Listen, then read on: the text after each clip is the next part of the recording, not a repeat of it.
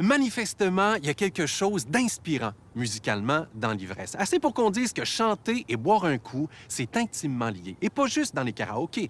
Le simple fait que quelques-uns des plus anciens témoignages musicaux qu'on ait en notre possession soient des chansons à boire, des hymnes sumériens à Ninkasi, la déesse de la bière, à la musique bachique chez les Grecs, en est une belle illustration. Mais pas besoin de reculer autant, ni dans le temps, ni dans l'espace, pour en prendre la mesure. Au moment même où les raisins sauvages de l'île d'Orléans allaient lui donner de la bouche même de Jacques Cartier le surnom d'île de Bacchus, en France, la chanson bachique était en voie de connaître son âge d'or avec Rabelais et un peu plus tard, Jean Lehoux. Si bien qu'on se dit que le temps de passer de la pointe est à la pointe ouest de l'île, il est fort probable que les matelots de Jacques Cartier ont chanté qu'ils préféraient le vin à l'eau. Parce que compte tenu de l'étendue et surtout de la vitalité du répertoire à boire dans notre folklore musical, on sait que ça a commencé tôt et que ça a fait grand bruit. Alors de chanter comme ça le grenache noir du Roussillon au pays du vin de glace, ça en fait une goulayante topophonie.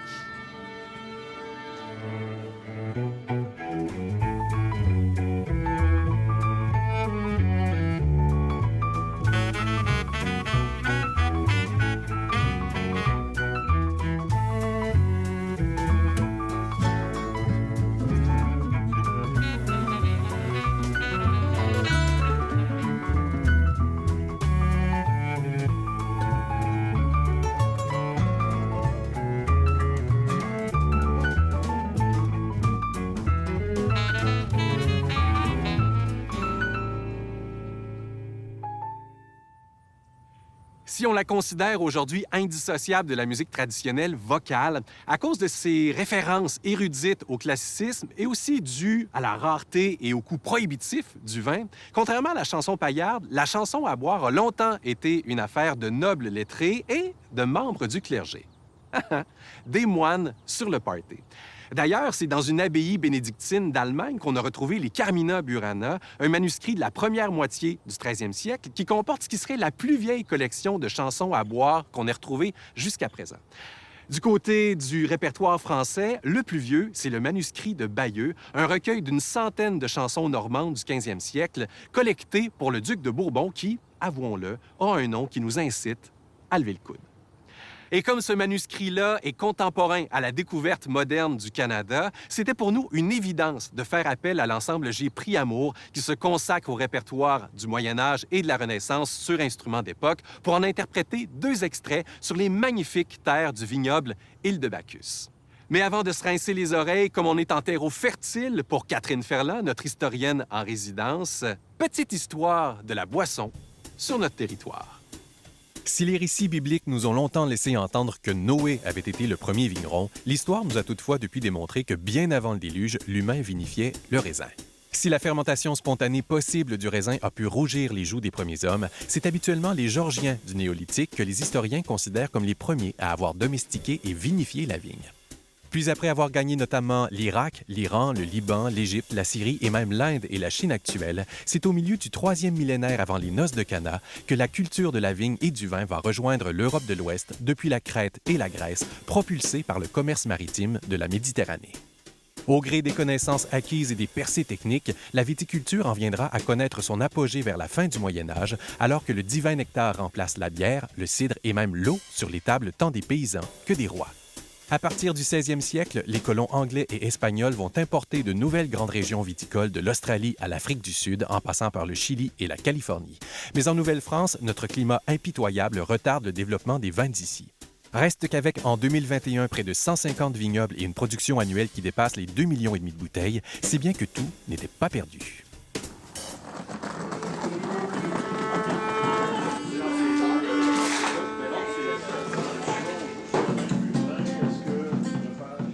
Catherine, dans le préambule de l'émission, on évoquait cette vigne-là qui est là depuis toujours et ça donne envie de savoir ceux qui sont là depuis toujours, les Autochtones. Est-ce qu'ils l'ont utilisée, cette vigne-là? Est-ce qu'ils l'ont transformée? En fait, Nicolas, la vigne qui était présente ici, elle avait plutôt des qualités de fruits de table, disons ça comme ça. Parce que du côté des Premières Nations, on n'avait pas de toute façon cette culture du vin, cette culture œnologique qui aurait permis de faire du vin avec les raisins présents. Alors, les raisins servaient essentiellement à être mangés, tout simplement. Donc, ce qui fait que les premiers Français, quand ils voient les vignes, hein, évidemment, Jacques Cartier, puis ensuite Samuel de Champlain, peuvent pas passer à côté de l'idée de faire du vin avec ça. Hein. On allait au moins essayer. Mais malheureusement, ça a été avec des succès un peu mitigés parce que c'était un type de raisin qui ne se vinifiait pas de la même façon que le raisin actuel. Ça n'était pas du Vitis vinifera. Selon les recherches qui ont été faites, c'était vraiment une variété sauvage qui ressemble un petit peu à ces gros raisins bleus de l'Ontario qu'on peut faire, qu'on peut utiliser pour faire des gelées, par exemple. Donc, essayez pas de faire du vin avec ça, ça sera pas buvable. Et c'est ce que les Français ont essayé de faire, mais évidemment, ça n'a pas marché. Et là, on a un régime français qui a l'habitude, dans ses coutumes, de s'envoyer un petit verre de vin de temps à autre. Bien sûr. Comment est-ce qu'on réagit ici? Est-ce qu'on essaie de faire autre chose? J'imagine que l'importation devient une manière d'avoir accès au vin. Oui, tout à fait. Bien, d'abord, on va quand même essayer d'amener des vignes françaises ici, mais pauvres petites vignes françaises, quand elles découvrent nos hivers québécois, ça ne survit pas, tout simplement. Avec les technologies, les techniques de l'époque, on n'est pas capable de tenir ça en vie. Donc, effectivement, il faut se tourner vers l'importation de vin. L'importation de vin essentiellement de la région de La Rochelle dans un premier temps. Donc, tous des petits vins qu'on va dire qui ne voyagent pas nécessairement très, très bien, il faut le dire, là, à ce moment-là. Et à partir du 18e siècle, bien là, c'est le grand siècle des vins de Bordeaux. Donc, Bordeaux qui va développer non seulement son vignoble, ça fait déjà des siècles, mais surtout l'exportation de vin et le Nouveau Monde, dont Québec va être une des plaques tournantes là, de ce commerce de vin bordelais à ce moment-là, donc au 18e siècle. Là, on évoque le 18e siècle. À un moment donné, le régime français prend fin. Les Anglais prennent le territoire. Est-ce qu'on se retrouve du jour au lendemain à avoir un penchant pour le dry gin et la bière soutenante ou est-ce qu'on continue quand même à boire du vin ici? Bien, en fait, un peu des deux. Parce qu'effectivement, la palette de goût va changer avec l'arrivée des Britanniques ici. On va se mettre essentiellement à la bière, au gin, comme tu l'as mentionné. Mais le vin va quand même rester là. Sauf que ça va être surtout sur les... on va le trouver surtout sur les tables des gens bien nés. Hein? Donc, des gens un peu plus aristocrates, de l'élite, finalement. Parce que les Anglais sont quand même friands de vin chez certaines classes sociales. Donc, on va s'assurer d'avoir quand même du vin ici. Et l'Angleterre, même pendant le plus fort des guerres qu'il y a pu avoir entre la France et l'Angleterre s'est toujours assurée de garder une filière commerciale avec Bordeaux, justement, les vins de Bordeaux. Donc, on va continuer d'en avoir ici, mais ça se raréfie. Il ne faut pas imaginer que le Canadien français moyen du 19e siècle a accès facilement au vin. Ce n'est pas vrai. Donc, mais en certains lieux, on va quand même en avoir. Et justement, on le voit dans les dernières années, il y a une effervescence, un essor des vins québécois. À quel moment on peut commencer à parler comme ça de vins québécois, de vins canadiens? Bien, en fait, la plupart des gens pensent que la viticulture ici date des années 1970. En fait, c'est un siècle avant. Donc, à la toute fin du 19e, il y a eu un premier essor vitivinicole ici au Québec. Et ça, c'est très, très, très peu connu. C'est très intéressant parce qu'à ce moment-là, il y avait plusieurs éléments qui étaient mis en place qui étaient favorables au développement d'une viticulture locale. Il y avait d'abord des cultivars américains qui ont été développés qui résistaient mieux au climat d'ici. Donc, ça, c'est pas rien. Et ensuite, il y avait toute cette pression-là du mouvement prohibitionniste là, qui nous faisait dire, bien, ça serait peut-être une bonne idée de, OK, on retire aux gens la possibilité de boire de l'alcool, bien, offrons-leur une contrepartie intéressante. Il y a du vin possible, il y a du cidre, il y a de la bière, mais on va axer sur le vin à ce moment-là. Donc, il y a de grands vignobles qui vont se développer dans le coin de Montréal, à Beaconsfield notamment, mais aussi dans la région de Québec. Et on va faire des essais comme ça pour faire du vin. Essentiellement du vin de messe, aussi du vin qui va être vendu pour être bu, tout simplement, et du vin tonique, du vin fortifié auquel on va ajouter de la quinine, auquel on va ajouter des extraits de coca, toutes sortes de choses comme ça. Pour étirer la soirée. Oui, puis pour requinquer, on les vendait vraiment comme des vins médicinaux. Mais malheureusement, tout ça va prendre fin à la fin, au tournant, disons, du 20e siècle. Bon, parce qu'il y a toutes sortes de raisons. Mais évidemment, la crise du phylloxéra va être importante dans, on va dire, dans l'évolution qui aurait aurait pu être celle de ce vignoble-là québécois, parce qu'on va servir un peu de tuteur aux vignes européennes qui sont maganées par le phylloxéra, qui sont en partie détruites. On se rend compte que l'insecte ne progresse pas aussi facilement sur les pieds de vigne qui sont d'origine américaine. Alors, notre vigne va servir à sauver, finalement, le grand vignoble européen à la fin du 19e. On avait préservé les cellules souches de raisin ici au Québec. C'est formidable. Moi qui essaye le plus possible de boire local, j'adore les vins du Québec, mais je ne savais pas qu'il y avait eu une première vague. On l'aura appris grâce à toi. Encore une fois, toujours inspirant de parler avec toi, Catherine. Merci beaucoup. Merci.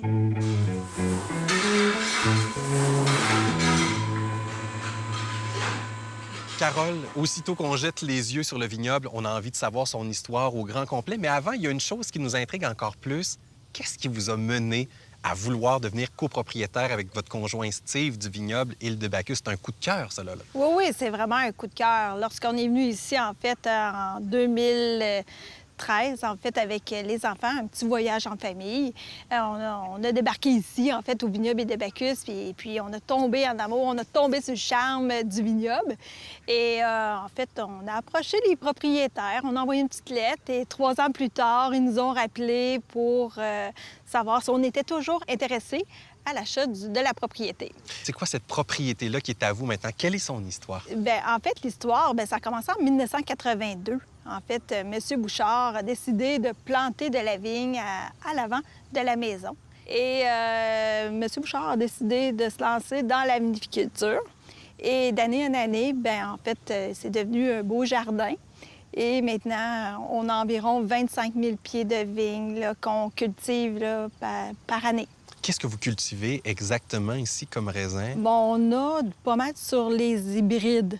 On n'a pas du vinifera, en fait. On est sur le Marquette, Frontenac, Vandal, Vidal. On a environ 12 cépages là, de raisins sur le site. Et puis, on fait des assemblages des vins et on fait des magnifiques vins avec ça. Ah oui, qu'est-ce que vous avez comme vin? À quoi ressemble votre palette de goût ici? Bien, en fait, on a des gammes de vins secs. On a des gammes de vins sucrés. Entre autres, on a 2 vins blancs, 2 vins rouges. On a aussi un vin fortifié aussi, qui est vraiment succulent. Et un vin de glace, c'est un grand renommé international aussi.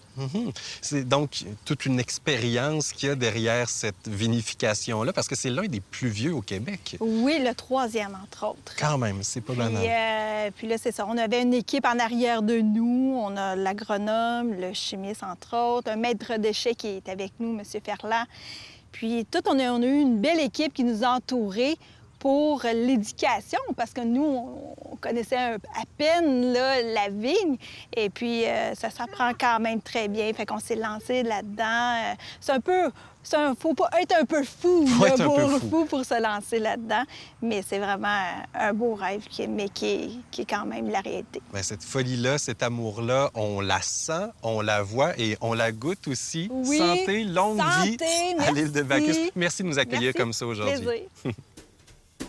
Ensemble en résidence à l'École de musique Jésus-Marie de Lévis depuis sa fondation en 2013, J'ai pris amour compte déjà près d'une 50aine de concerts à son actif.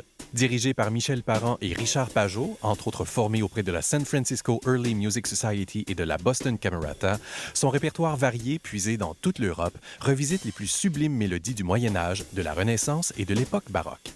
Porté par jusqu'à une dizaine d'instrumentistes-chanteurs, ces interprétations sur instruments d'époque cherchent à recréer avec authenticité diverses atmosphères allant des fêtes de village aux offices religieux et même au coucher du roi. Soucieux d'enrichir l'écoute de ces musiques rarissimes, les prestations de l'ensemble sont régulièrement ponctuées de mises en contexte à saveur historique. Richard, avec votre ensemble J'ai pris amour, vous allez aborder 2 extraits du manuscrit de Bayeux, qui est un manuscrit qui, un peu comme tous les manuscrits de l'époque, est très peu bavard musicalement. On y retrouve la mélodie, on retrouve les paroles et c'est à peu près tout. Oui. Comment est-ce que vous avez travaillé pour y donner des couleurs, de la texture? Comment vous avez enrobé cette mélodie-là?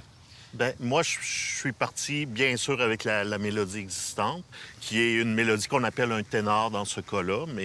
Et j'ai appliqué finalement des techniques d'improvisation vocale et instrumentale dessus pour faire l'harmonisation. Donc, ce qu'on va avoir, c'est très proche de ce qui aurait pu être improvisé à 4 voix directement en lisant le manuscrit. Et ces instruments-là qui vont porter ces improvisations-là, il y en a quelques-uns qui sont des instruments d'époque. Qu'est-ce qu'on va découvrir avec vous aujourd'hui comme instrument? Bien sûr, si je commence avec les instruments avant, on a 2 chromornes. Le chromorne qui est, on pourrait dire, un peu l'ancêtre des hautbois. Diverses flûtes à bec, donc on a une ténor, on a une grande flûte basse. Et après ça, si je poursuis avec les cordes, on a premièrement une guitare Renaissance. Et aussi, on a des instruments à cordes frottées. Donc là, on a un alto et une viole de gamme, cordée avec des cordes de boyau. Donc le son qu'on a est, on pense, assez fidèle à ce qu'on pouvait entendre il y a 521 ans. Et bien justement, cette fidélité-là, on a très hâte de la découvrir. On s'en va vous entendre interpréter ces 2 extraits du manuscrit de Bayeux. Merci beaucoup, Richard. C'est un plaisir. Merci.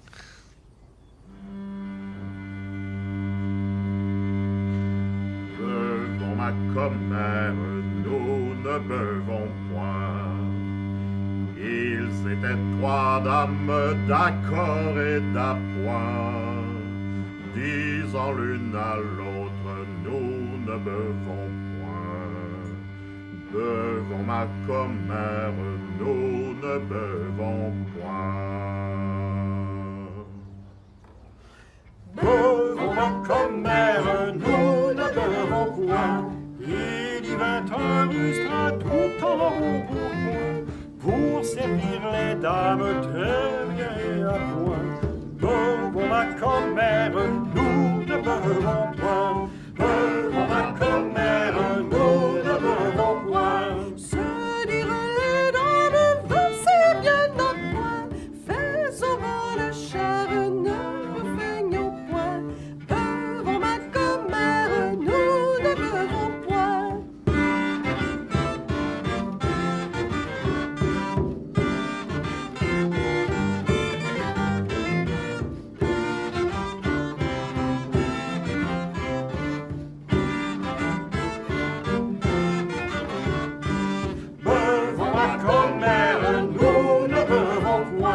Le mignon commence, il ne tarda point de servir s'avance tout à leur bon point. Buvons ma commère, nous ne buvons point. Buvons ma commère, nous ne buvons point. Des maris de danse, nous n'avons point. De narons grevances, car ils n'y sont point. Buvons ma commère, nous ne buvons point. Buvons ma commère, nous ne buvons point. Buvons ma commère, nous ne buvons point.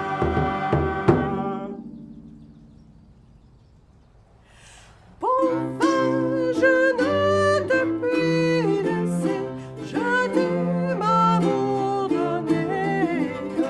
À t'avouer, je t'ai m'amour donné. Souvent m'a fait la soif passer. Bon vin, je ne te puis laisser, le soir de matinée. À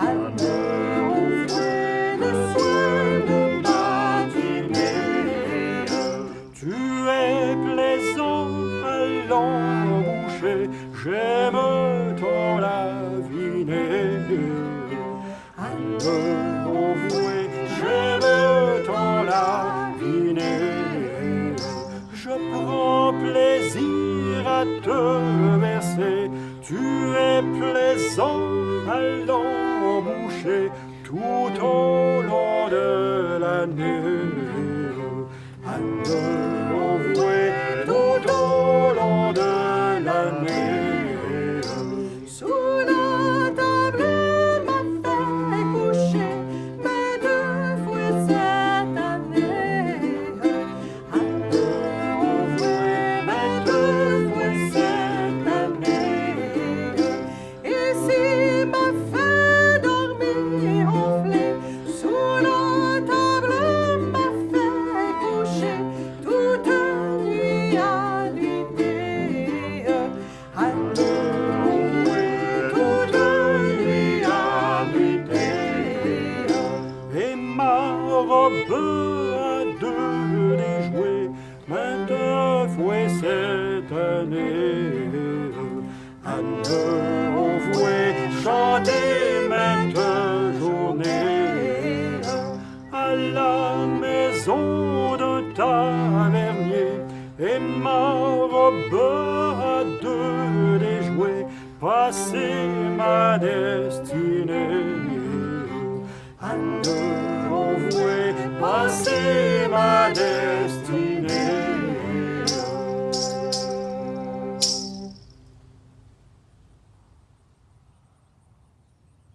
Il y a définitivement quelque chose de magique à avoir pu interpréter ici, au vignoble Île de Bacchus, une musique tirée d'un manuscrit qui consignait le plaisir de boire le vin à l'époque où l'île d'Orléans s'appelait l'île de Bacchus.